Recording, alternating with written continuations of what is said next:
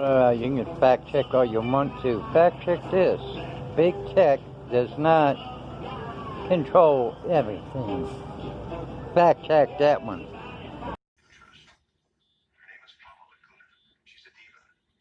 She's going to sing at a charity ball in Flossin Paradise in a few hours. She has the Stones with her. Armando Schubert. All we have to do is send someone to get the Stones. Excellent. We've simply had enough. Enough that millions feel it's worth taking a big risk to have a brief sense of normalcy. Whatever the cause, the results are clear. Millions are being affected. Hospitals are near their breaking point, and healthcare workers are the ones paying the price. I've been a nurse for 20 years, and I've never experienced burnout like this. On the front lines, healthcare workers are exhausted, overwhelmed, and at times angry at an American public that is only half listening. I hope that the last moments of your life don't look like this. Because this is what you'll see at the end of your life if we don't start wearing masks. We're understaffed. We have so much on our plates as nurses. With coronavirus cases now over 13 million and continuing to climb, up in 44 states in the past 2 weeks, roughly 90,000 Americans are hospitalized, ICUs are overwhelmed. It's not entirely clear to us that we're going to be able to move personnel from cold spots to hot spots because the hot spots are everywhere. According to federal data, by the end of the week, 22% of hospitals, nearly 1,400, expect to face a staffing shortage. One of the plans in Utah is to open up one of our big event centers as a hospital. Well, where are the doctors coming from? You can't just pick up medical professionals at the grocery store when you're in need of staff. In a September survey, nearly 1 in 4 physicians said they know a physician who committed suicide.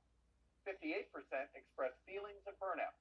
Healthcare workers are surrounded by dying patients. And we had to decide to take the action in a way. That was really hard. That was hard. And healthcare workers are sacrificing their own lives. So willing to put her life on the line to help others so that they could then help others. It was such a tragedy. But while travel on Thanksgiving was down from previous years, more than 6 million people flew over the last week. Are you concerned about the coronavirus symptoms? I don't know anybody who's got it. It doesn't seem like it's getting any better, so I mean, we might as well just try to just have a little bit of fun. Doctors, nurses, all healthcare frontliners are pretty frustrated and angry. People say that COVID is a hoax, that masks don't work, that masks are politicized. While some elected leaders are showing People are so scared of the virus. They think they can get it from their own shadow sometimes. What a joke. Yeah, it's a joke. But it would be easier to catch a stray bullet than it would to catch the virus. I've been running around for years. And it ain't hit me. Of course, it's hard to hit a moving target. Do that. Fakhrizadeh was at the heart of the Iranian nuclear program and has been for years. Not only the brains, but also the passion behind it. So his assassination is really a significant event. Not unlike a year ago when we took out Soleimani. That's a real center of gravity, if you will, for that program. That doesn't mean there aren't other nuclear scientists or that Iran can't continue on. So I really, I expect this. Certainly the media is reporting that tensions are on the rise. There's an Israeli component to this, meaning Israel is, Iran is a nuclear weapon in Iran is an existential threat to Israel, and Israel will do all it can to make sure that never happens. So I'm hopeful that President Biden can actually reach in and calm the waters, but I think this heightens tension significantly. Look, we still have another. It certainly looks to the layperson that, and Israel looks at its national security priorities and thought, boy, the timing, we better do this now, before before there's a new American president. What other situations are there around the world right now that you're concerned that there may be more attempts at tying the hands of the new president? Well, I think I'm actually very concerned about the Trump loyalists who have now gone to work in the Pentagon. I mean, recently Secretary Esper was fired and a host of other people left the building, and there are some real Trump loyalists there now in charge, and it's pretty difficult to think that over the course of 50 or 60 days you can do something constructive, but you can do something that's really destructive. And a week ago there were many media reports that there was a debate about action against Iran specifically, that the president reportedly turned down, but I would be concerned that those issues continue to be raised. You mentioned the troops in Afghanistan coming out there. There are reports now of bringing troops home from Somalia, and just, I guess, generally trying to get as many troops home before the inauguration as possible. I just think we need to be very careful with that. I'd like everybody to come home as well. The reality is, on the ground in places like Somalia and Afghanistan, there are still terrorists who would do us ill. And I want to play actually the game on their turf and not play it here. If we just come home, my fear is that they arrive here in the United States, and we've been through that before, and I never want to see that happen again. Look, I made a point at the start of our interview about sort of the transition from Bush to Obama, but I want to put it in starker terms here. Here was the New York Times headline just a week ago: Trump using last days to lock in policies and make Biden's task more difficult. And here's an excerpt from Robert Gates's book, Duty, where he says, in December, Bush was prepared to approve the additional 20,000 troops. This is December of 2008. And Steve Hadley asked Obama's National Security Advisor designate, Jim Jones — Steve Hadley was Bush's National Security Advisor — whether the new Obama administration preferred that Bush make the trip decision and take the heat, or hold off. And the new team opted for the second course. The point was, this was a transition, and granted made easier because Gates was staying over, where there was consultation and there was a concern, what would the world think if one president boxed in another president? Now we have one American president boxing in another American president.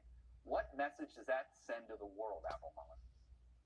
One of the things that I learned in the job that I had is you'd like to do all you can to not box in the president, to give any president as many options and as much space as possible.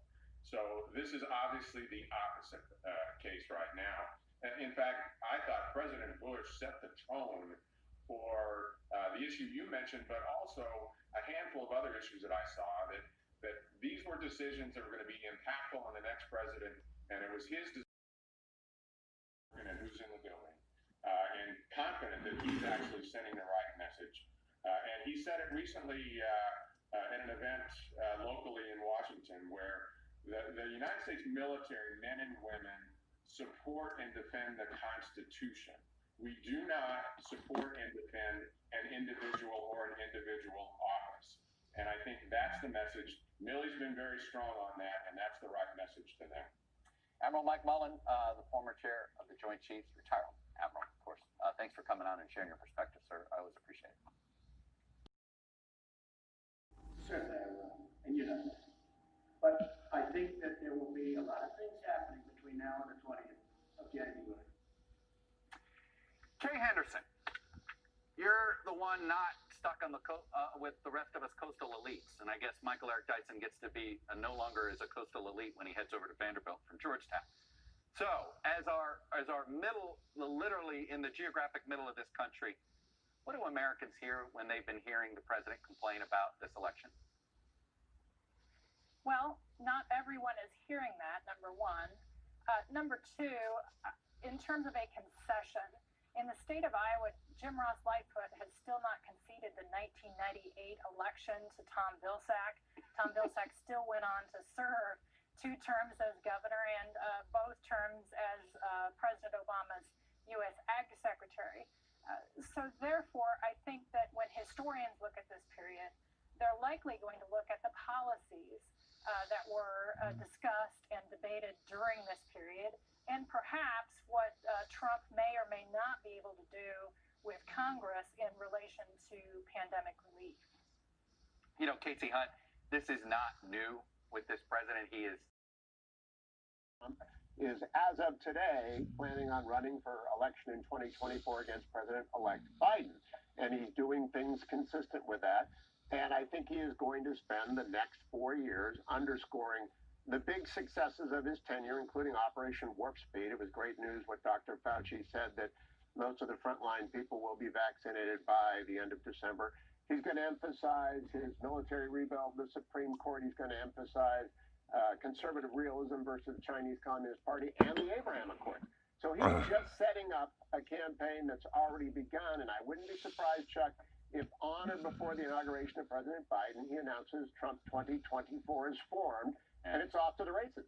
I would look, he announced his reelection campaign on Inauguration Day in 2017. Michael Eric Dyson, the damage, President Trump is using old dog whistles to talk about voter fraud. He's talking about the cities. And I guess we should be glad he's only using a dog whistle when he says the cities. Long-term damage that's being redone here, in your mind?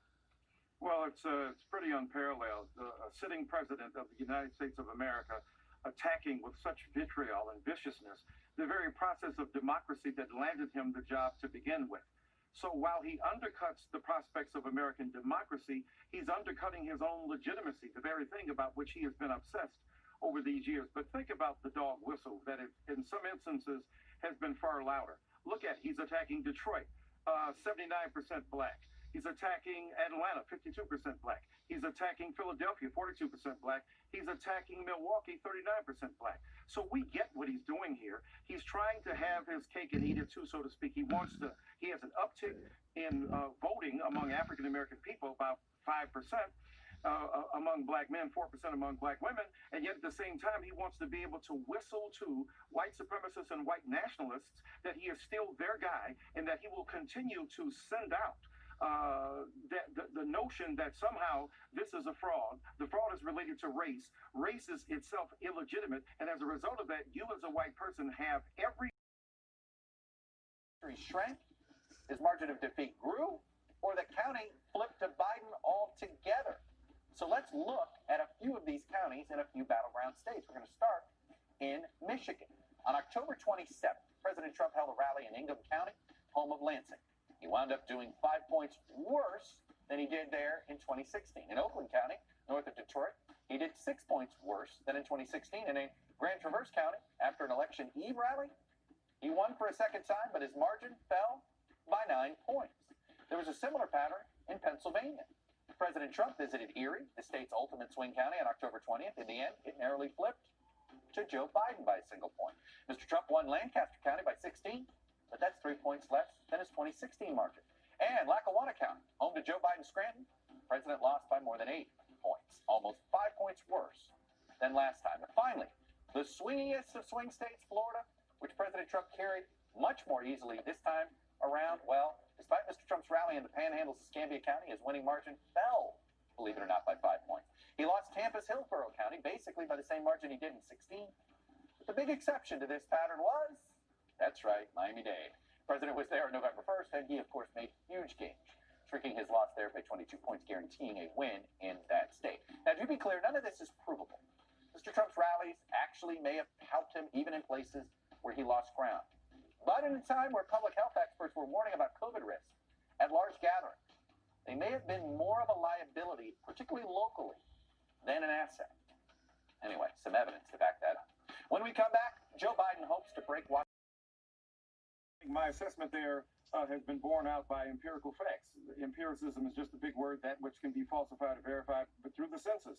And we saw the eye test, the polls, that when Obama spoke about race, there was extraordinary disconcert and discomfort. But with Joe Biden, I think the white privilege he has as a figure who has been deeply rooted in traditions that are respectful of and conversant with African-American communities makes him an ideal figure. He can use that privilege that he has as a white man who is mature and wise, along with his ability and his ideas, which I think are fresh. He's got people around him like Cedric Richmond, a powerful and brilliant congressman who will help guide and lead him. But already He has his instincts about police brutality, about the economy that has hurt African American people, and the disproportionate ways in which COVID-19 has attacked their bodies. I think those things put him in good stead. And when have you ever heard a president before say, I owe you black folk because you stood by me, now I'm going to stand by you? That's pretty remarkable in the history of American presidencies.